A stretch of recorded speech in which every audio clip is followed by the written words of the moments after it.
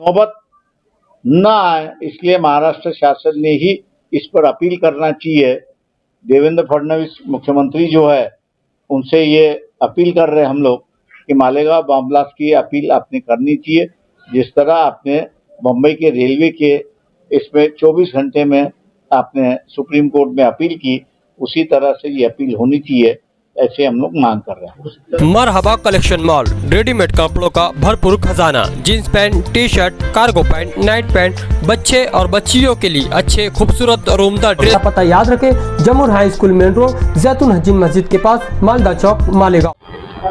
कल हमको संदेशा मिला कि प्रकाश अंबेडकर साहब आने वाले हैं और माइनॉरिटी डिफेंस कमेटी और बम ब्लास्ट में जिनके घर के लोग शहीद हुए थे उन सबसे मिलना चाहते हैं। तो माइनॉरिटी डिफेंस कमेटी के कन्वीनर आसिफ शेख साहब और हम लोग आज उनसे मुलाकात किए। 1 घंटा हमारी चर्चा चली। आप देखेंगे कि एनआई कोर्ट ने 31 जुलाई को जो फैसला किया वो फैसला ऐसा था जिसको पूरे हिंदुस्तान ने ये माना कि इंसाफ नहीं मिला और सरकार जो है वो अपील में जाएंगी। मगर आज हम 30 अगस्त को यहाँ पर बैठे हैं, 1 महीना होने के बाद भी सरकार अपील में नहीं गई, एनआई एजेंसी अपील में नहीं गई। तो कहीं ना कहीं ये बात साफ हो रही है कि सरकार अपील में नहीं जाने वाली है। वो सरकार जिसने मुंबई ट्रेन बम ब्लास्ट के केस में 24 घंटे में सुप्रीम कोर्ट में अपील दाखिल की थी, वही सरकार आज मालेगांव शहर के ये उनके घर के लोग हैं, इनको इंसाफ नहीं दे रही है। जबकि सरकार का काम ये होता है कि वो सबके साथ इंसाफ करे। इसलिए हम भी ये चाहते थे कि कोई ऐसा नेतृत्व इस केस में आए जो इस केस को हैंडल करे और माइनॉरिटी डिफेंस कमेटी और मालेगांव शहरियान उनके साथ चलें।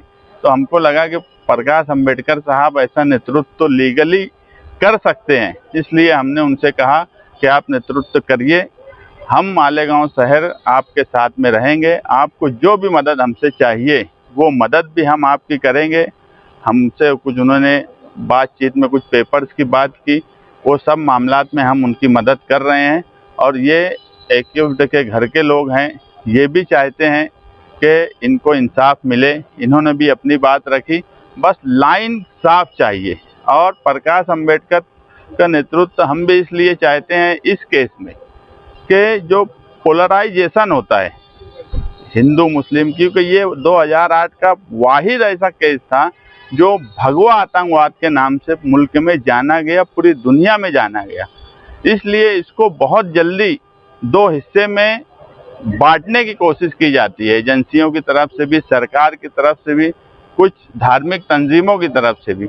वो बटे ना और लाइन एक ही रहे, इंसाफ की रहे, कॉन्स्टिट्यूशन की रहे। और हमें पूरा विश्वास है कि इस केस में जो फैसला हुआ उसमें ना साध्वी प्रज्ञा सिंह को, ना कर्नल पुरोहित को और किसी को भी इसलिए बेगुनाह नहीं साबित किया गया कि वो बेगुनाह थे। सबको बेनिफिट ऑफ डाउट दिया गया कि एटीएस की चार्जशीट में अलग लाइन थी, एनआई की चार्जशीट में अलग लाइन थी। ये 2 अलग अलग लाइन होने की वजह से उनको उसका फ़ायदा मिला, सबूत जो है। और हमेशा बेनिफिट ऑफ डाउट का फ़ायदा आरोपी को ही होता है और ये सरकार को समझ रहा था। इसलिए हम ये मानते हैं कि 2016 से ही इसकी प्लानिंग हो गई थी कि इस केस में से भगवा आतंकवादियों को किस तरह से बचाया जाए और 2025 में वो फैसला दुनिया के सामने है। उन्होंने मदद करने का जो तय हुआ, क्या वो पिटीशन जो है हाईकोर्ट में दाखिल करने के लिए वो अगवाई करेंगे या कोई मदद करेंगे? उन्होंने नेतृत्व करने के लिए बोला है और मुंबई में एक मीटिंग जल्द ही माइनॉरिटी डिफेंस कमेटी उनके साथ और उनके और कुछ लोगों के साथ करना तय किया गया है। वो मीटिंग के बाद आगे किस तरह से कामकाज होगा वो तय करेंगे। इसमें पहले से ही कुछ पिटीशन दाखिल करने की तैयारी हो रही है और ये एक और पिटीशन क्या है? मैं अलग अलग लोग, अलग अलग संगठना, अलग अलग तंजीम जा सकती है, बस हमारा ये बोलना है कि लाइन अलग नहीं होना चाहिए, लाइन एक होना चाहिए, लड़ने की लाइन एक होना चाहिए। जो वकील है वो ऐसे होना चाहिए जो केस जीतने जैसे दिखे। सिर्फ केस लड़ना या केस फाइल कर देना ये मकसद हमारा भी नहीं है। हमने उनसे भी यही कहा कि हम ये चाहते हैं कि सिर्फ केस फाइल ना हो, केस फाइल होने के बाद केस तेजी से चले। और हमको पूरा भरोसा है कि बेनिफिट ऑफ डाउट जो मिला है, अगर सही लाइन पे हाईकोर्ट में केस चला तो हर हाल में ये सारे भगवा आतंकवादियों को सजा होना ही है।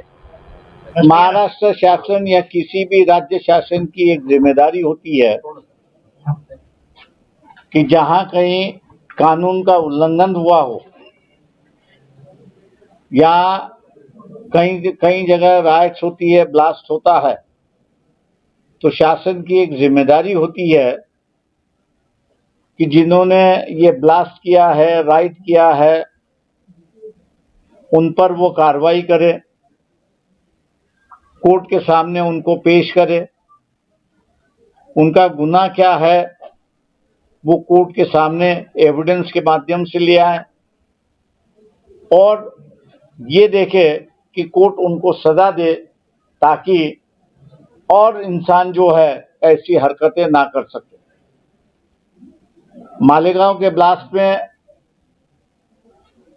यही हुआ, लेकिन दो एजेंसी के बीच में मुझे टकराव दिखाई देता है। एटीएस जो महाराष्ट्र शासन की एजेंसी है और एनआईए जो केंद्र शासन की एजेंसी है,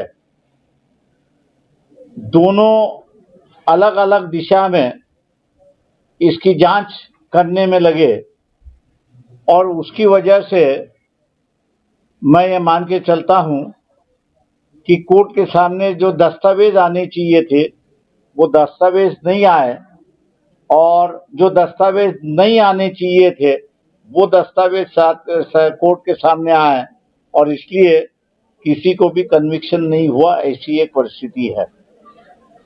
मैं सरकार से दरखास्त करता हूं कि किसी भी सोच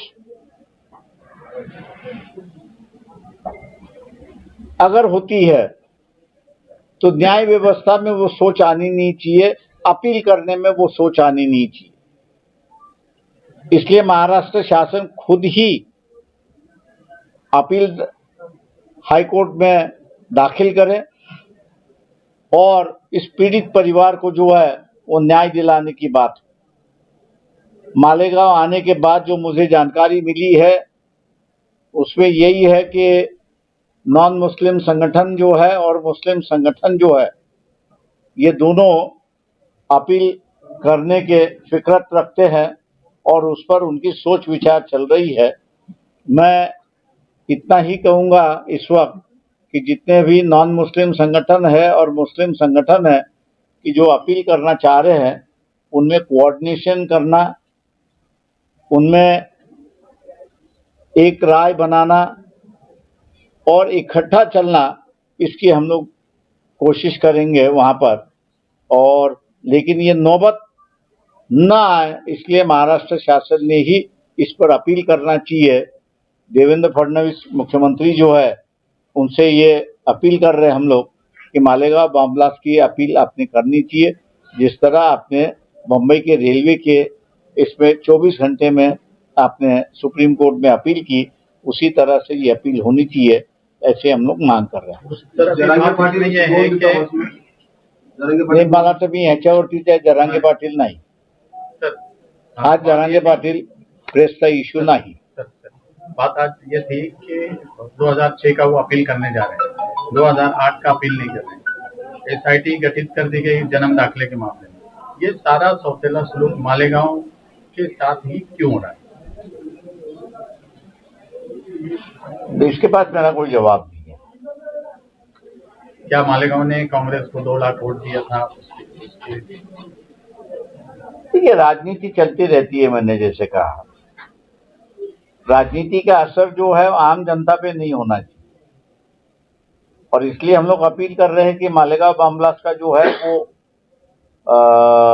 केंद्र राज्य सरकार ने उस पर अपील करना चाहिए। आज जो मेरी मीटिंग हुई है वो मालेगांव बम ब्लास्ट की मीटिंग हुई है। इसके अलावा दूसरा कोई विषय पे चर्चा नहीं हुई है और इसलिए 40 लोग मुझे जानकारी है कि जेल में बंद है कि जिनके पास जन्म का दाखला जो है गलत निकला हुआ है। मेरे ख्याल से वो मामला अलग है, वो अलग तरीके से उसको डील करना होगा।